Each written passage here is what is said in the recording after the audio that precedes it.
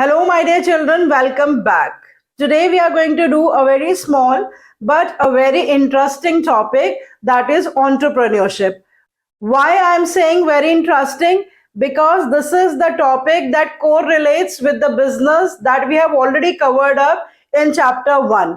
हमने बहुत सारी इकोनॉमिक एक्टिविटीज पढ़ रखी हैं जिसमें हमने क्लासिफाई करके पढ़ रखी हैं business, profession and employment. Actually, entrepreneurship is nothing but it is the business activity. So when anyone decides to set up his own business, or when anyone decides to be the job providers rather than the job seekers, then that turns out to be entrepreneurship. So what is actually entrepreneurship and what are the specific features of entrepreneurship we are going to learn today. So let's connect to commerce and let's start learning about entrepreneurship.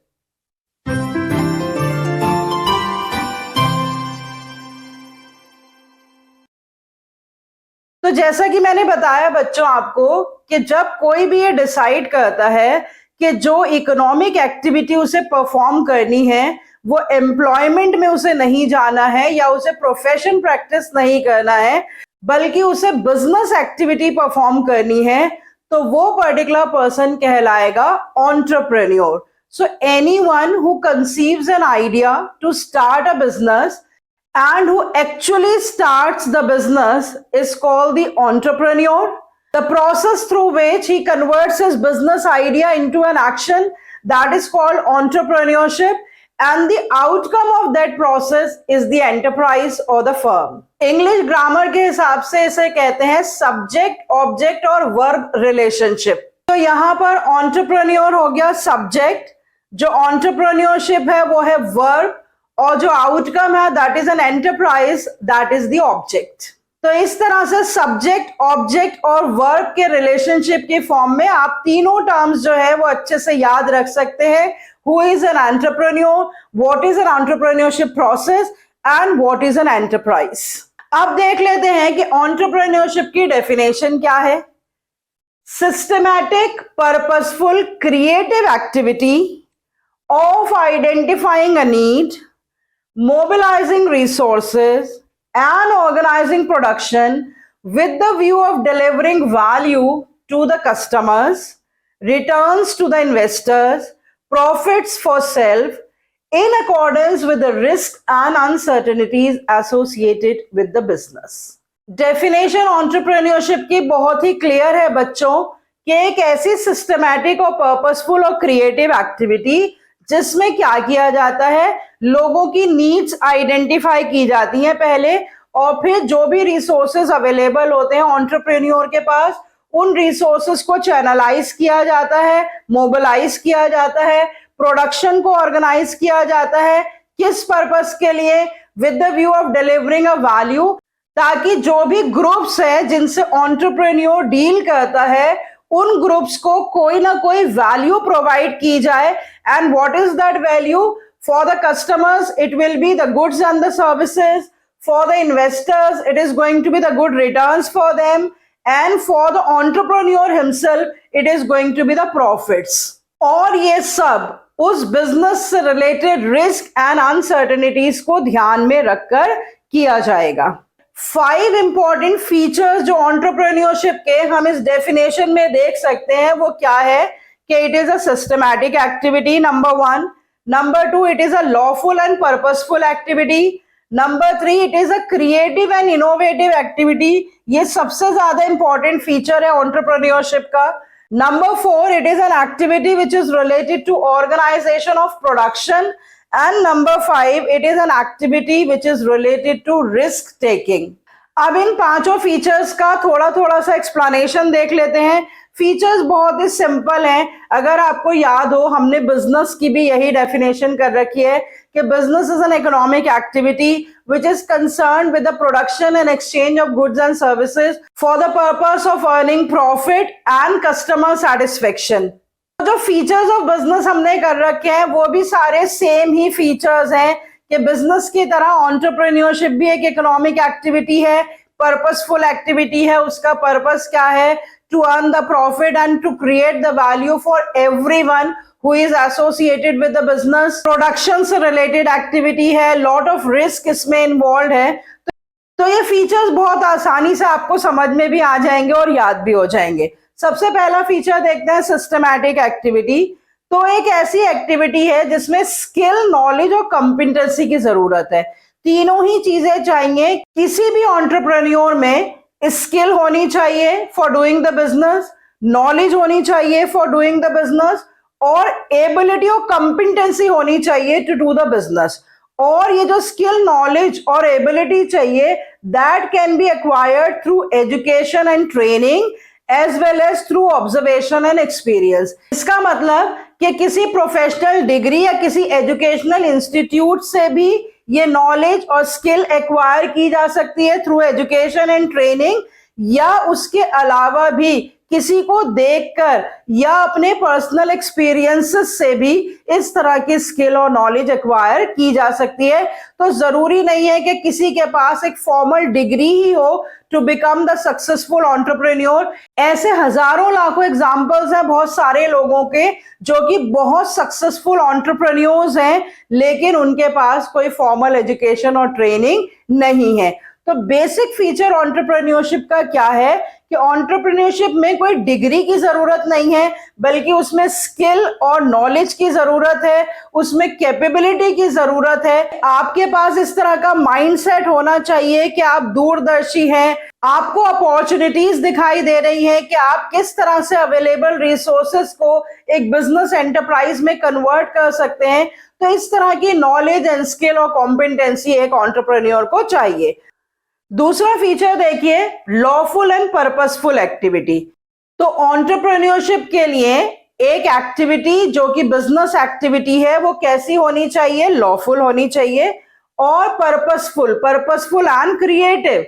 Purpose क्या है? The purpose is the creation of value for self as well as for the society. तो कोई भी activity जिससे value create हो रही है, not only for the entrepreneur but for the various groups of the society, everybody gets something in return. The suppliers get the money in return, the investors get the profit in return, the customers get the quality goods and services.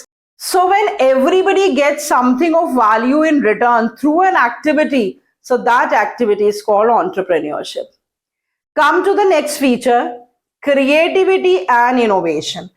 देखो, एक तो normal business होता है जिसमें कोई भी production कर रहा है, एक्सचेंज कर रहा है और उससे वो पैसा कमा रहा है अपने लाइवलीहुड के लिए, तो वो बिजनेस हो गया। तो जो एक स्पेसिफिक और यूनिक फीचर होता है ना एंटरप्रेन्योरशिप में, वो होता है इनोवेशन एंड क्रिएटिविटी। और इनोवेटिव और क्रिएटिव एक्टिविटी को डिफाइन करने के लिए बहुत सारे कीवर्ड्स हैं, जैसे कि एक्टिविटी ऑफ कॉस्ट सेविंग, मतलब जिस एक्टिविटी से पैसा बचे वो क्रिएटिव एक्टिविटी मानी जाएगी। The activity of revenue enhancing, जिस एक्टिविटी से रेवेन्यूज बढ़ते चले जाएं, that activity is a creative activity. The activity of creation of value, जो एक्टिविटी वैल्यू क्रिएट करे किसी के लिए भी। The activity of converting the matter into resources, in the absence of entrepreneurship जो भी अवेलेबल रिसोर्सेज हैं, they will remain resources, but they are channelized into a firm, they are channelized into a business idea only with the help of creative activity, that is entrepreneurship. The activity of creative destruction, बहुत ही important feature है ये innovation and creativity का। Creative destruction word use किया गया है क्योंकि हम सब जानते हैं बच्चों कि जब भी कोई नई टेक्नोलॉजी या कोई नया प्रोडक्ट और सर्विस मार्केट में आता है तो पुराने प्रोडक्ट्स और सर्विसेज की मार्केट किल हो जाती है। मोबाइल फोन एक ऐसा एग्जांपल है कि जिससे बहुत सारे प्रोडक्ट्स की मार्केट किल हो गई। मोबाइल फोन जो है वो कैलकुलेटर का काम कर रहा है, कैमरा का काम कर रहा है, कम्युनिकेशन का काम कर रहा है, टेक्स्ट मैसेजेस का काम कर रहा है, टॉर्च लाइट भी उसमें होती है। तो एक मोबाइल खरीदने से बहुत सारे प्रोडक्ट्स की हमें जरूरत ही नहीं पड़ती है। तो इसका मतलब वो सारे प्रोडक्ट्स की मार्केट तो किल हो गई मोबाइल फोन्स के आने से। लेकिन क्रिएटिव डिस्ट्रक्शन का मतलब होता है कि अगर मोबाइल्स ने उन सारी इंडस्ट्रीज को डिस्ट्रॉय करा है तो जो उनका लॉस हुआ है उस डिस्ट्रक्शन से और जो मोबाइल इंडस्ट्री से गेन हुआ है वो गेन ज्यादा है as compare to that loss. तो नेट गेन जब किसी भी इनोवेशन का ज्यादा होता है तो उसे हम कहेंगे क्रिएटिव डिस्ट्रक्शन। मतलब उस इनोवेशन से जो इंडस्ट्रीज डिस्ट्रॉय हुई हैं उनके डिस्ट्रक्शन से नुकसान कम हुआ है, लेकिन इसके इनोवेशन से फायदा ज्यादा हुआ है। So that type of a gain is called the creative destruction. तो कोई भी एक्टिविटी अगर क्रिएटिव डिस्ट्रक्शन कर रही है तो वो क्रिएटिविटी और इनोवेशन की डेफिनेशन में आएगी। उसके अलावा activity of creating the new products, new markets, new technology, या कोई भी एक्टिविटी जिससे कि नई मार्केट सामने आती है, नए प्रोडक्ट्स एंड सर्विसेज सामने आते हैं, नई टेक्नोलॉजी सामने आती है, और वो किस चीज में हेल्प करती है? For doing the things better, cheaper and faster, जिससे चीजें आसान तरीके से होती हैं, बेहतर तरीके से होती हैं, चीपर तरीके से होती हैं और जल्दी होती हैं। तो ऐसी एक्टिविटी जिसमें ये सारे फीचर्स होते हैं, that activity is called creative and innovative activity, and that activity is actually entrepreneurship. So very unique feature of entrepreneurship is that it is a very creative and innovative activity. उसके बाद देख लेते हैं organisation of production.